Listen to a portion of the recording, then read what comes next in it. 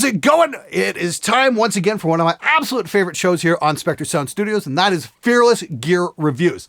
Now, this is my independently funded gear review show where I can take an honest, unvarnished look at a piece of gear without any corporate fuckery whatsoever. Now, today's episode was made possible by you guys and Monday Mix Reviews. You guys keep coming back week after week after week, submitting your mixes for evaluation. I'm trying to give you the best help I possibly can. It's an awful lot of fun. Come hang out on Mondays. You guys will see what it's all about. I do a live stream in the morning and the evening. Anyway, you guys made today's episode possible, and that is a review of the brand new Gibson Mustaine Signature Flying V. Now, this is the part of the episode where I would normally plug in and play a bit for you guys, but unfortunately the setup out of the factory has the action so high, I'm just not going to do that. I have to pull off the truss rod cover and make an adjustment to the bridge as well before I can get this thing into playing shape. Now, for 2,800 American dollars, I really wish Gibson had done at least one of two things. Either set the guitar up properly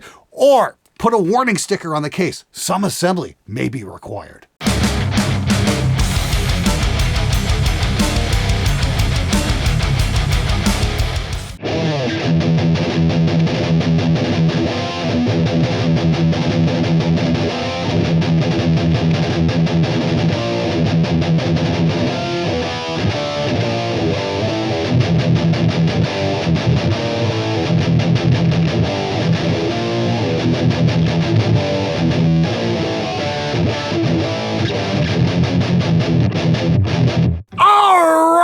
We got everything tuned up. I just wanted to play that for you guys. That's a new track I'm working on. It's called My Bass Player Got Caught with His Dick in His Hand. All right. Now, the first observation I have to say is I've had the guitar in the case overnight, and I came in this morning to shoot this, and I got to say, the one thing that's blown me away right from the get-go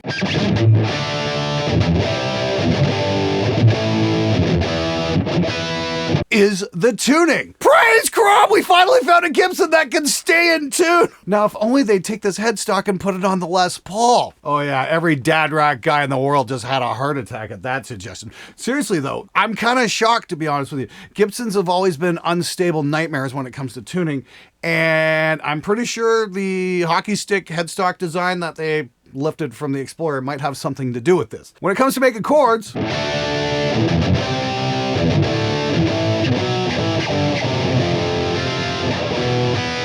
yeah, it's pretty solid. And this is after getting aggressive with the playing too.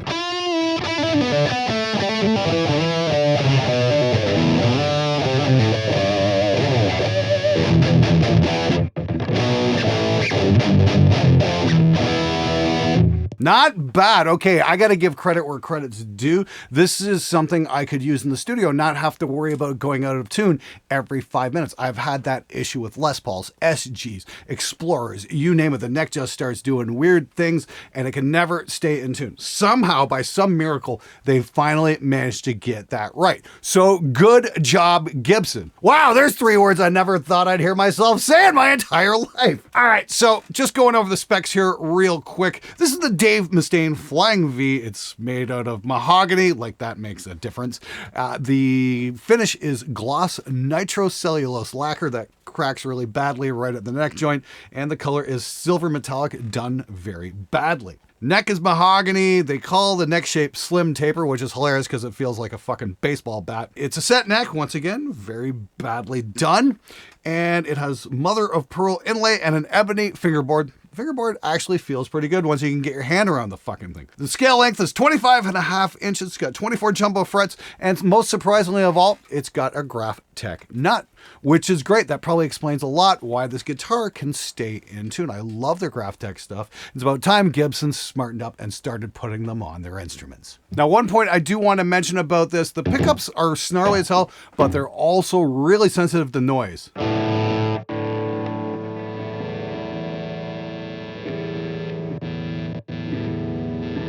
So make sure you're touching some metal.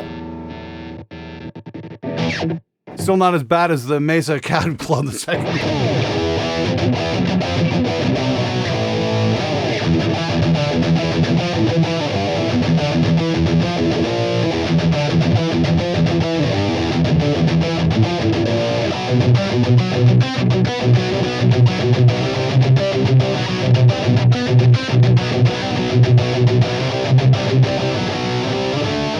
So I gotta admit, this guitar is an awful lot of fun to play once you get it set up correctly.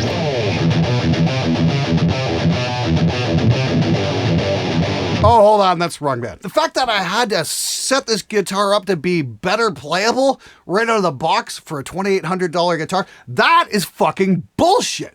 I expect far better for my money, especially that much money. I mean, I got a Fender American Ultra Strat that's just perfection right out of the box. I don't know what the fuck went wrong here, what's going on in your setup department, but you might want to wake those guys up before they sign off on their cards and ship the guitar out, because the setup on this thing was fucking terrible. I mean, like, the intonation's fine, but the action was just awful. And that's one thing I come to expect from a Gibson is great action, great playability, great setup, all that kind of stuff. That just did not happen in this case. So, hey, great job, Gibson. But once you get the guitar set up, it plays absolutely fantastic.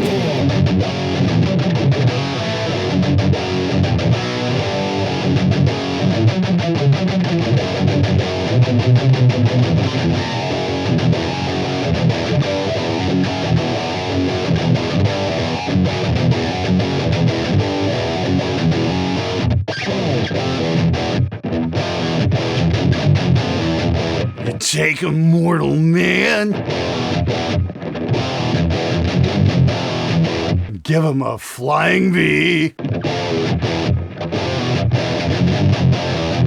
watch him become a snob. Now, when I initially got this guitar, I really kind of hated it because I was very, very, very pissed off with the shit paint job on this thing. I mean, $2,800 and there are flaws all over the place. The neck joint has paint issues at the top, and at the bottom it is cracked all the way down. There's a hairline crack there. It's like, come on, Gibson, what in the actual fuck is going on there? I mean, like, the paint is so bad on this thing. You can see a flaw right here. Let me, looking at my monitor. Yeah, I can see it right here. And you can probably see it on the close-up as well. What in the fuck? How the hell did this make it out of the shop? And it's not just, you know, the flaws like the cracks and whatnot. There's streaking in the paint as well. And that tells me somebody was not fucking paying attention when they were drying this thing. That is a shit job, and that is shit quality. And Gibson, you should be fucking embarrassed to have put this guitar out in the public, because there's no way in hell this guitar is worth $2,800. Not even fucking close. There's just the fit and finish on this thing is just an embarrassment. There's paint issues at the headstock, imperfections just everywhere. I kind of feel a little bit ripped off, to be honest with you. $2,800 is an awful lot to ask for a guitar, especially when competition out there is so absolutely fucking brutal. And there are so many high quality guitars being made from so many other manufacturers. Legacy branding is only going to get you so far. You have to deliver the goods. In terms of overall quality in the paint job though, Gibson has shit the bed worse than Amber Heard. It does look pretty cool aside from the shitty paint job. At least it's not as horrible as that fucking abomination, the Theodore. I don't know what the fuck Gibson was thinking there. At least this is a fucking metal guitar and it looks the part. Just don't look closely. Okay, Gibson, just in case you were missing the underlying metaphor there, you fuckers owe me a new paint job, because this is pathetic. And for the price of, especially when you consider the price of this guitar, you could almost afford a week of rent in Los Angeles. Remember, guys, this is coming from someone who worked 27 years in an auto plant and spent an awful lot of time in the paint section. There's a lot of similarities between a paint shop and an auto plant and what you'd see in guitar manufacturing. And, you know, this is just amateur level at best in terms of paint. Like, seriously, what a fucking complete joke. So if you really want to get the Mustaine V, maybe try the one with the wood grain finish, because Gibson really can't do paint for shit. I don't know, maybe they could hire some talent away from one of the Indonesian brands who are doing it right. And maybe they could come over to Gibson and teach them how to paint a guitar correctly. There's some serious issues with the binding here as well, where the frets are just starting to poke through in a couple of spots. That's a lack of attention to detail. Now, normally, you know, I see that kind of thing on some of the import guitars from the Far East, or some of the Harley Bentons, some of the cheaper ones where they don't dry the wood correctly. It'll happen from time to time, but I expect a little bit better, especially considering the price tag. When you're dropping $2,800 on a guitar, you expect attention to detail. You expect that for that shit to not get out the door. And the fact it has, again, it's just super disappointing. And I can't feel like I've been ripped off just a little bit. I could have got a much better guitar for about 1/3 the price if I had got a Solar V. Now, the thing that really pisses me off is they include a little inspection card here, and everything's checked off for top, back, sides, neck, fretboard, bridge, saddle, peg head, nut, binding if applicable, hardware, action. Yeah, right. Intonation, buzzing, electronics, and cleaning. Okay, it was clean, but there is a signature on the back here. I can't call out who it is because I can't read your signature. You sign paper like you check for paint very badly. So again, as far as I'm concerned, this sign-off card's fucking worthless because it's meaningless. The fact that this got out of the plant with all those checks being done, that means somebody wasn't paid enough to give a fuck. You know, Gibson did the world's dumbest marketing campaign there a couple of years ago with that whole Play Authentic debacle. Everybody remembers that. That was just an incredibly stupid fucking idea. And you can tell a corporate boardroom came up with that idea. Seriously, guys, play fucking guitar more and think about what a guitar player needs. You know, now that I am playing Authentic, I gotta say, I'm authentically disappointed because the paint is so fucking shit on this thing. But it's not all terrible. In terms of tuning stability, it's great, and it's gotta be one of the easiest guitars ever to play pinch harmonics on.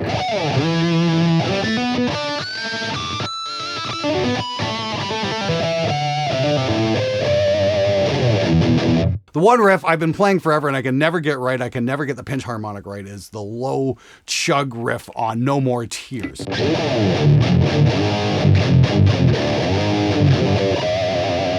Now I can get it, like, every time.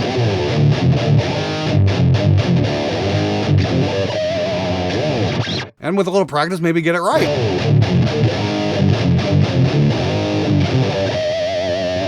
There we go. I could never get that on so many other guitars. The fact that I can do that on this guitar is pretty great, to be honest with you. That really surprised me. Yeah, I was going to say another hilarious bit here is on the back of the headstock. We got the little Dave Mustaine logo, and he's playing a pointy-ended V, not a rounded one like this. So I'm taking a wild guess that that's a Jackson on the back of my Gibson. It's a little detail you guys might want to fix at some point, because right now it's kind of funny.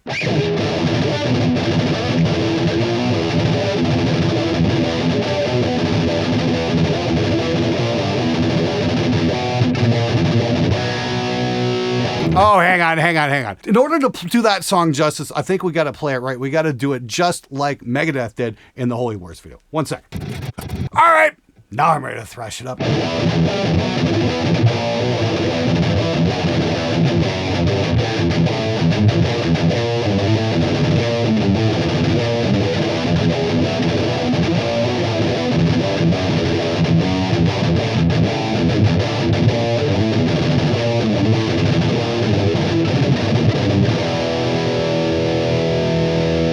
Okay, once you get the guitar set up, though, it is the kind of fast, shreddy kind of machine I was hoping for. So at least they got that right. And yeah, the rock solid tuning stability is amazing. I gotta admit, I was really disappointed at first that there were no lock tuners put on this thing, but I really can't complain. If it's staying in tune, that's what's really important. At least they put Grovers on it, so there is that. I prefer Grover locking Rotomatics. That's kind of what I lean to, just for overall string changes in the studio, that kind of thing, just to speed shit up. That would have been great. I can live with the tuners on here, and they do keep the guitar in tune, and that ultimately it's what's the most important thing.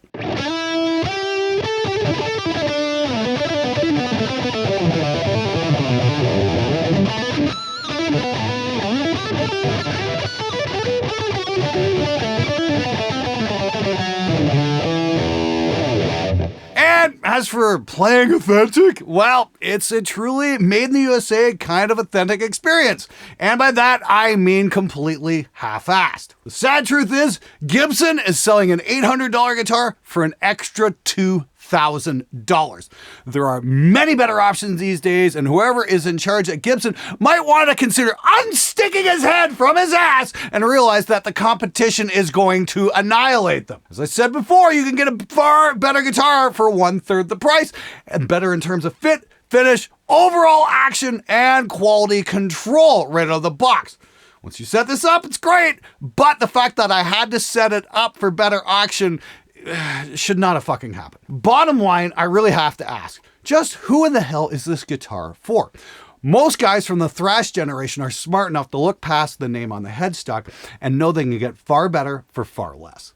Bucket list guitar for the new generation of metal players is probably a Strandberg or an Aristides, not a Gibson. Gibson charges so much for their guitars you'd think that they were a unionized shop. Unfortunately, they're not.